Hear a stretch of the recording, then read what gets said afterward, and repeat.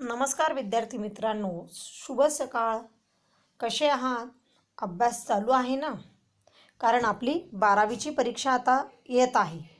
आज आपण राष्ट्रीय उत्पन्नाच्या व्यावहारिक अडचणी इयत्ता 12वी अर्थशास्त्र प्रकरण 7 राष्ट्रीय उत्पन्न याच्या शेवटचा भाग या प्रकरणाचा आपण बघत आहोत. व्यावहारिक अडचणी आपण गेल्या याच्यामध्ये तात्विक अडचणी बघितल्या, आता आपण बघणार आहोत व्यावहारिक अडचणी. आपण या प्रकरणाचे एकूण 7 व्हिडिओ बघून झालेत. आज आपण या प्रकरणाच्या 7व्या प्रकरणाचा शेवटचा व्हिडिओ आज बघणार आहोत. आपण राष्ट्रीय उत्पन्नाच्या व्यावहारिक अडचणी. आपण तात्विक अडचणी पाठीमागं बघितल्या होत्या.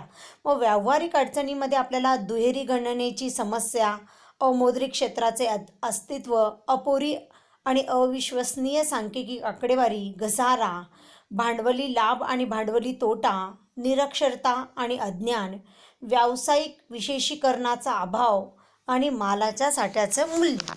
चला मग आता आपण याचा सविस्तर अभ्यास करूया. मग व्यावहारिक अडचणीमधली पहिली अडचण आहे दुहेरी गणनेची समस्या. मग तुम्हाला पाठीमागं पण मी सांगितलंय की ज्या वस्तूपासून, कच्च्या मालापासून पक्का माल तयार होतो, मग त्याची अंतिम वस्तूच मोजणं, जर त्या वस्तूची मधली वस्तू किंवा प्रथम वस्तू मोजली तर ती दुहेरी गणना होते. मग व्यावहारिक अडचणीमध्ये हीच समस्या येते की दुहेरी गणनेची समस्या. राष्ट्रीय उत्पन्न मोजताना येणारी ही सगळ्यात महत्त्वाची अडचण आहे. एखादी वस्तू मध्यम आहे की अंतिम आहे हे ठरवणं निश्चित नसतं. त्याच्यामुळे बऱ्याच वेळा ती गणना दोनदा होण्याची भीती असते. मग आपल्याला वास्तविक उत्पन्न हे जास्त दिसतं, कारण तीच वस्तू दोनदा मोजते, त्याच्यामुळे ते उत्पन्न देशाचं जास्त. जसं बेकरीचं पीठ वापरले जाते त्याला मध्यम वस्तू म्हणतात, आणि तेच पीठ जर कुटुंबाने वापरलं तर त्याला अंतिम वस्तू म्हणतात. त्याच्यामुळे मग बेकरीवाल्याकडे मोजायचं का कुटुंबाकडे मोजायचं, याची दुहेरी गणनेची समस्या व्यावहारिक अडचणीमध्ये येते. दुसरं आहे अमौद्रिक क्षेत्राचे वास्तव्य. मग भारतासारख्या विकसनशील देशात मोठ्या प्रमाणात अमौद्रिक क्षेत्र आहे. बघा, तुम्हाला आठवत असेल की इयत्ता 11वीमध्ये आपण पैसा प्रकरणामध्ये पहिलंच बघितलं तर वस्तू विनिमयाच्या अडचणी. मग अमौद्रिक क्षेत्र त्याला म्हटलं जातं जिथं पैशांचा व्यवहार नाही, वस्तू देऊन वस्तू घेतली जाते, त्याला अमौद्रिक क्षेत्र असं म्हणतात. मग शेती व्यवसाय अजूनही उदरनिर्वाहावर केला जातो. शेती उत्पन्नाचा बराच भाग वैयक्तिक उपभोगासाठी वापरला जातो. तसेच उत्पादनाचा काही भाग इतर वस्तू आणि सेवाच्या बदल्यात विनिमय केला जातो. म्हणजेच काय, गहू देऊन ज्वारी घेणं किंवा गहू देऊन दुसरं धान्य, डाळी वगैरे घेणं, म्हणजेच जिथं पैशाचा वापर केला जात नाही त्याला अमौद्रिक क्षेत्र असं म्हणतात. मग त्याचं वास्तव्य भारतात जास्त आहे, त्याच्यामुळे राष्ट्रीय उत्पन्न मोजताना अडचण येते. तिसरं आहे अपुरी आणि अविश्वसनीय सांख्यिकीय आकडेवारी. विकसनशील देशात उत्पादन आणि खर्चाविषयी पुरेशी अचूक माहिती उपलब्ध नसते. काही लोक बरोबर मुद्दावून देत नाही, तर काही लोकांचा शेतीबरोबर मत्स्य व्यवसाय, पशुपालन, वन उत्पादन, किरकोळ व्यावसायिक बांधकाम, छोटे व्यावसायिक हे उत्पन्नाविषयी अचूक माहिती देत नाही. मग उत्पन्न पद्धतीमध्ये राष्ट्रीय उत्पन्नाचं मापन करताना अर्जित उत्पन्नासंबंधी माहिती ग्रामीण आणि शहरी भागात उपभोग आणि गुंतवणूक खर्च यांची देखील माहिती उपलब्ध होत नसते. त्यामुळे नेमकी राष्ट्रीय उत्पन्नाची आकडेवारी उपलब्ध होत नाही. बरेच लोक काय करतात, आपल्याला कर बसतो म्हणून अपुरी माहिती सरकारला देतात. मग अपुरी माहिती दिल्यामुळे काय होतं हो, त्या माहितीचं व्यवस्थित राष्ट्रीय उत्पन्नात गणना केली जात नाही. म्हणून ही अडचण येत असते. पुढचं आहे चौथं घसारा. मग घसारा कोणाला म्हटलं जातं बघा. घसारा म्हणजे काय बघा, की भांडवली वस्तूच्या वापरामुळे भांडवली वस्तूची झीज होते, त्याचे मापन करणे अवघड असते.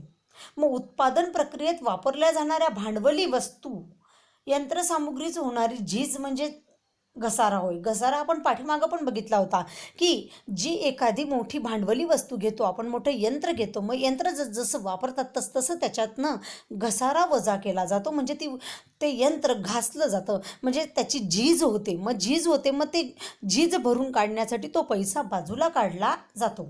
मग भांडवली वस्तू यंत्रसामुग्रीत होणारी झीज, भांडवली मालमत्तेत तांत्रिक आयुष्य, भांडवली वस्तूचा वापर, वस्तूचं स्वरूप, वस्तूचा नियमित काळजीपूर्वक देखभाल इत्यादी गोष्टींवर अवलंबून.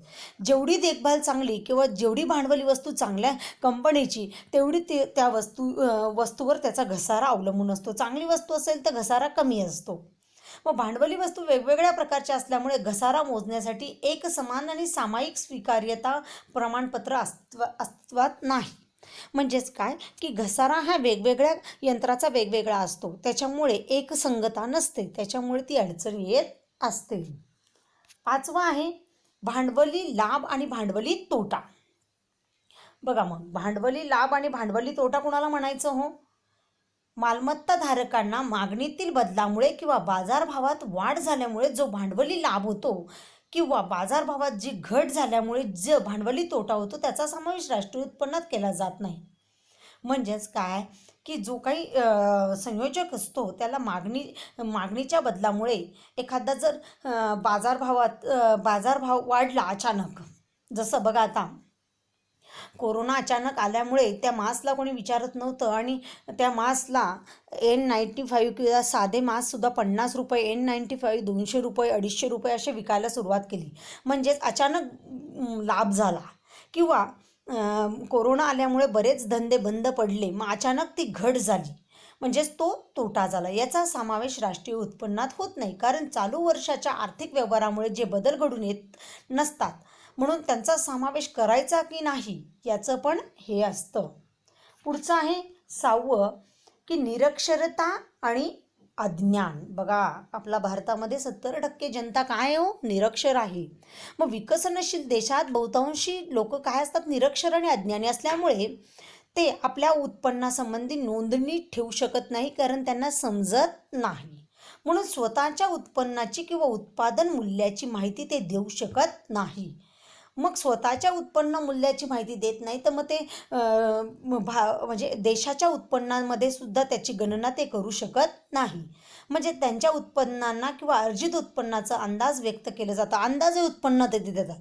मग अंदाजे उत्पन्न दिल्यामुळे एखाद्या राष्ट्रीय उत्पन्नात ते जर अंदाजे दिलं असेल, जास्त असून कमी दिलं असेल तर तो तोटा होतो, आणि कमी असून जास्त देतात तर तो लाभ झाल्यासारखा दिसतो, आणि खोटं म्हणजे वास्तव उत्पन्न हे वाढलेलं दिसतं.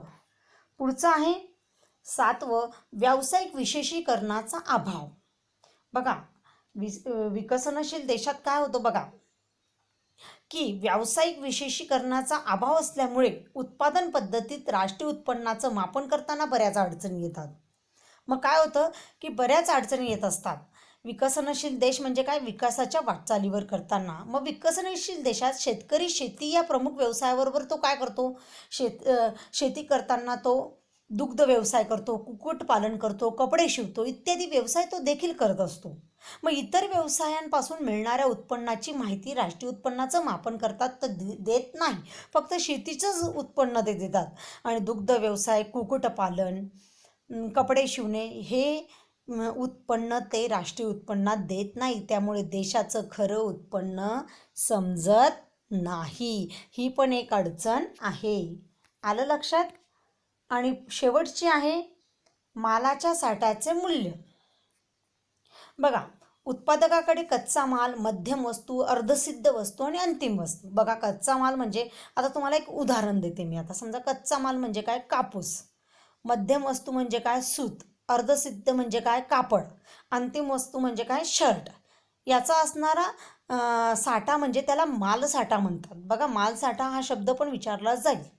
मग मालसाठ्याच्या मूल्यात होणारा सकारात्मक नकारात्मक बदलाचा समावेश स्थूल राष्ट्रीय उत्पन्नात केला जातो. म्हणजे त्याचा लाभ झाला, नफा झाला तोही धरला जातो, तोटा झाला तोही धरला जातो. मग मालसाठ्याच्या मूल्यमापनात झालेली चूक अंतिम वस्तूच्या मूल्यात बदल करू शकतो. साहजिकच आहे की मालसाठ्यात जर चूक झाली तर ती लगेच अंतिम वस्तूवर त्याचा परिणाम होतो. म्हणून मालसाठ्याचे मूल्यमापन काळजीपूर्वक करणं महत्त्वाचं आहे. मग त्याच्यासाठी ह्या अडचणी येत असतात. आलं लक्षात?